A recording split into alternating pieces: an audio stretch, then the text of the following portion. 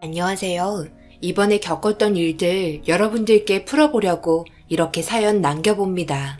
회사 동료의 권유로 시작하게 된 산악 동호회는 자신에게 잘 맞는지 몇 번을 다니기 시작하더니 젊은 나이에 산악 대장까지 하면서 정말 열심히 다니고 있습니다. 제가 모든 진실을 알게 된 순간부터 다니지 않겠다고 했지만 모든 상황이 밝혀진 상태인데 덮으려고 해봤자 무슨 소용이 있겠어요.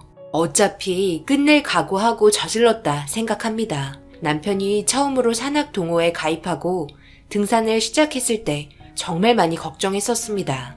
문제는 주변 지인분들께서 가입하고 활동하는 순간 가정과는 거리가 멀어지고 들어오지 않은 날이 허다하며 나중에는 돌아오지 못할 일들까지 저지르게 된다는 걱정스러운 소문들의 말에 솔직하게 제 감정을 남편에게 털어놓았었습니다. 하지만 남편은 그런 거 없는 건전한 동호회라는 걸 강조시켜 주었고 단체 사진도 보여주면서 그날 있었던 일들에 대해서 숨김없이 이야기해 줬습니다. 그렇게 오랫동안 별 문제 없이 산행을 다니고 있었는데 그런데 갑자기 저에게 이번에는 부부 동반 모임이라며 함께 가질 수 있겠냐고 물어보더군요. 여보, 이번에 나랑 같이 산에 갈래? 이번에 부부 동반 모임인데 함께 가면 좋을 것 같아서. 내가 산악 대장이기도 해서 보이는 이미지가 있잖아. 옆에서 같이 등산하면서 회원분들이랑 이참에 좀 친해지는 것도 괜찮을 것 같은데. 부부끼리? 나는 등산도 잘 못하고 산을 그렇게 좋아하는 편은 아니라서 무조건이 아니라면 그냥 혼자 다녀와. 그러지 말고 이번에 당신도 사람들끼리 좀 친해지고 얼굴도 좀 익히면 좋잖아. 앞으로 한두 번 얼굴 볼 사이도 아닐 텐데. 다음에 우리 집에 와서 술도 한잔 하기로 했거든.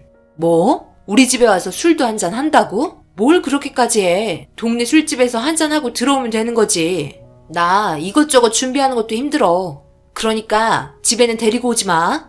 그건 나중 문제니까 일단 부부 동반 한번 가자. 내 체면도 좀 살려주라. 부탁할게. 나도 당신이랑 좋은 추억 하나 만들고 싶다고.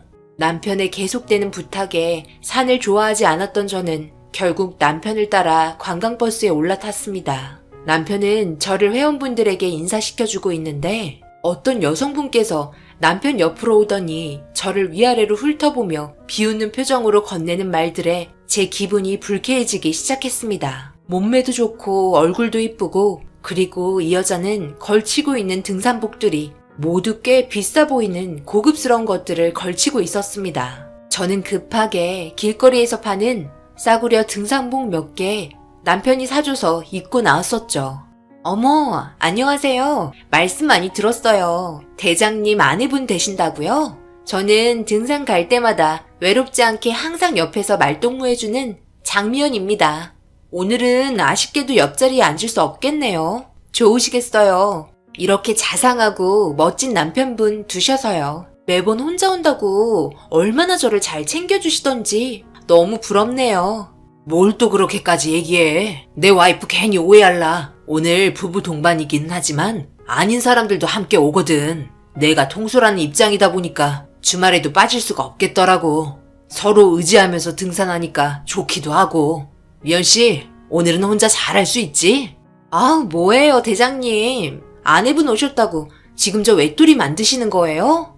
너무 서운한데요? 다음부터 다른 산악 동호회 알아봐야 되겠네. 두 분의 사랑이 너무 질투나네요. 저를 가운데 세워두고 자기들끼리 뭘 하고 있는 건지 남들이 보기에는 꼭 사랑 싸움하는 것처럼 티격태격 하고 있었습니다. 저는 그냥 별말 없이 조용히 산에 올랐고 산을 좋아하지 않았던 저는 정상까지 겨우 올라갔네요. 그렇게 모두가 사진 한 장 찍고 잠시 쉬고 있는데 다른 회원분들이랑 대화하고 있는 아까 그 여자분을 계속 쳐다보면서 있길래 뭔가 심상치 않아 남편 등산화를 툭툭 치면서 째려보니 아까 자기가 한 말에 토라진 것 같다며 걱정을 하고 있는데 그 말에 순간 화가 머리 끝까지 차올라 남편에게 이럴 거면 부부 동반 모임 왜 같이 오자고 했냐고 화를 내기 시작했습니다. 그제서야 제 마음을 눈치챘는지 미안하다며 바로 꼬리 내렸지만 더 화가 치밀어 오른 건 정상에서 내려갈 때였습니다. 저는 힘들게 나무 잡고 천천히 내려가고 있는데 제 앞에서 그녀에게 천천히 내려오라며 손을 내밀었고 연약한 발목 부러질 수도 있으니 자기가 사용하는 스틱 쓰라고 건네주고 있었습니다.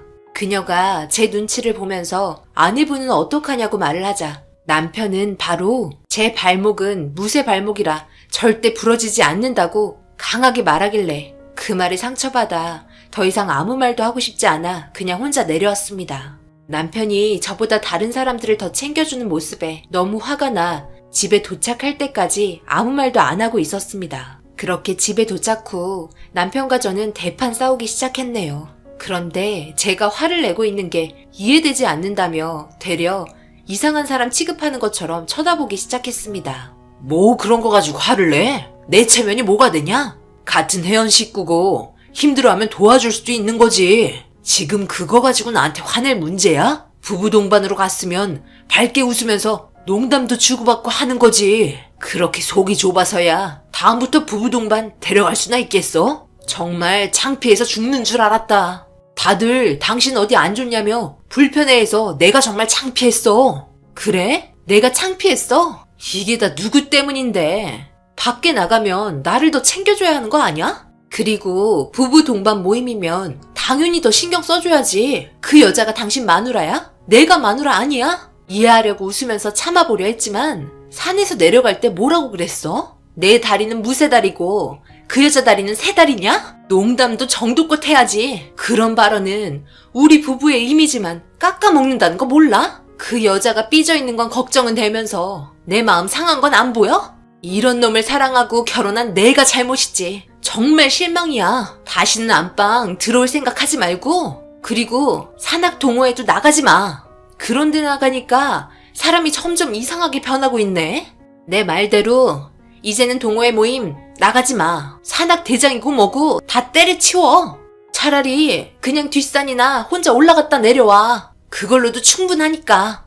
남편과 저는 부부 동반 모임으로 싸우게 된 시점부터 사이가 급격하게 안 좋아졌고 제가 동호회 모임 나가지 말라고 난리를 치자 결국 꼬리 내리고 더 이상 동호회 모임은 나가지 않았습니다. 그렇게 한 달이 지나고 새벽부터 등산복을 갈아입는 남편의 모습을 보고 뭐 하는 거냐고 물어보니 뒷산이나 올라가려고 한다며 조용히 집 밖을 나갔습니다. 당연히 뒷산 올라가는 줄 알았지만 창밖을 보니 관광버스에 남편이 올라탔고 남편을 반겨주는 부부 동반 모임 때 만났던 여자의 얼굴이 보이는 순간 다시 화가 치밀어 올랐네요. 전화를 바로 걸었더니 전원은 꺼져 있었습니다. 남편은 산을 좋아한 게 아니라 그 여자를 좋아했던 거라고 확신할 수 있게 되었고 집에 들어올 때까지 이를 갈고 있었네요. 한참 뒤에 남편은 술이 만땅이 된 상태로 들어와 뻗어버렸습니다. 아무리 깨우고 난리를 쳐도 얼마나 많이 마셨으면 일어나지도 못하는 모습에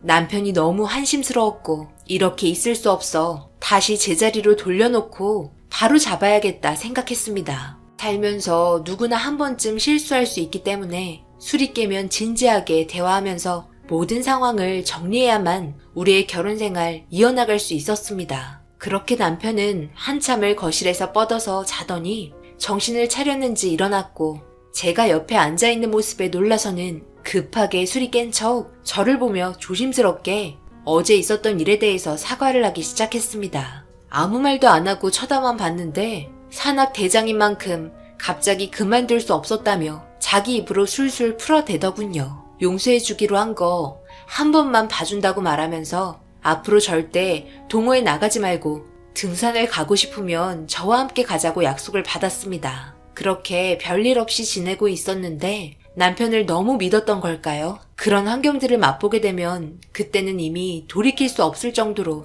사람이 변하게 되는 걸까요? 분명 저에게는 산악 동호회 나가지 않는다고 말했으면서 남편은 새벽마다 저 몰래 나가고 있었던 겁니다. 저는 그걸 전혀 눈치챌 수 없었습니다. 이유는 남편이 평일에는 일을 해야 하고 주말에는 쉬는데 주말의 경우 저와 시간을 함께 보내고 있었기 때문에 전혀 생각 못하고 있었죠. 그런데 이제 등산도 지겹다며 무릎도 좋지 않은 것 같아 미련 없이 등산복을 버렸다고 해놓고서 평일에 그것도 월요일에 다니고 있었던 겁니다. 일이 프리한 편이고 밖에서 영업을 뛰어야 하는 직업이다 보니 자유롭다고는 하지만 매주 월요일마다 모임에 참석하고 있을 거라곤 정말 생각도 못했었네요. 일요일 밤 친정엄마 몸이 좋지 않으셔서 남편이랑 함께 잠시 들린 적이 있었는데 남편은 월요일 출근 때문에 집에 먼저 들어갔고 저는 친정에서 하루 자고 들어간다고 이야기한 후 남편 먼저 보냈지만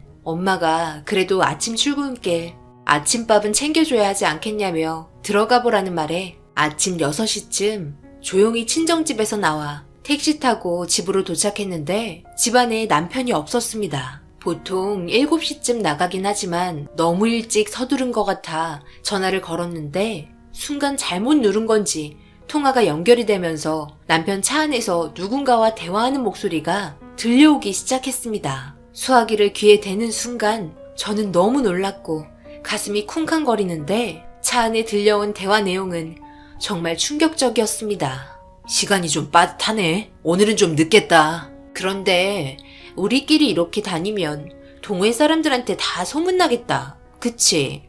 그래서 비밀로 하려고 부부 동반 때 자기 와이프 부른 거였잖아. 그렇긴 해도 알 사람들은 벌써 다 알고 있을걸? 그리고 우리 말고도 벌써 끼리끼리 다 그렇고 그런 사이인 것 같던데 뭐. 그렇긴 하지. 그래도 자기 그때 스틱은 좀 심하긴 했어. 우리 관계 들킬 뻔했잖아. 나 주지 말고 그 여자 줬어야지. 내가 그때 말했지. 무쇠다리라고. 절대 안 부러져.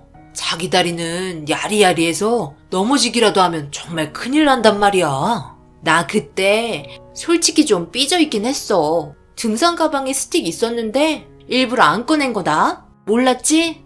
근데 확실히 대놓고 만나는 거보다 몰래 만나는 게 더 재미있고 심장 떨리는 것 같아. 스릴 있잖아.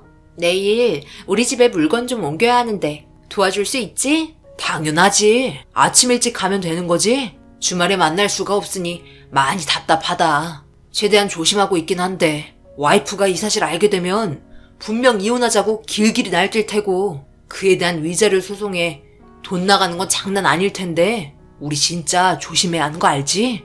뭐 어때? 이참에 그냥 나랑 새 살림 차리면 되는 거지. 뭐가 문제야? 나는 두려울 거 하나 없어. 우리가 함께한 시간 6년이야. 나도 그 여자 못지않게 오랜 시간을 보냈다고. 이제 그 여자 버리고 나한테 와. 이참에 우리 같이 살자. 그렇게 남편의 핸드폰에서 들려오는 대화 소리를 모두 녹음해 두었고 뒤늦게 통화 연결되어 있다는 걸 눈치챈 남편은 핸드폰을 바로 꺼버렸고 너무 화가 난 저는 다시 전화를 걸어봤지만 남편은 받지 않았습니다. 그 여자의 입김 때문인지 한참 뒤에나 집에 들어왔고 왜 이제 들어왔냐고 물어보는 제 말에 어차피 걸린 거고 빨리 들어와봤자 달라질 거 없을 것 같아. 이왕 이렇게 된 거 제가 원하는 거 해주겠다고 저보다 더 큰 목소리로 화를 내고 있었습니다.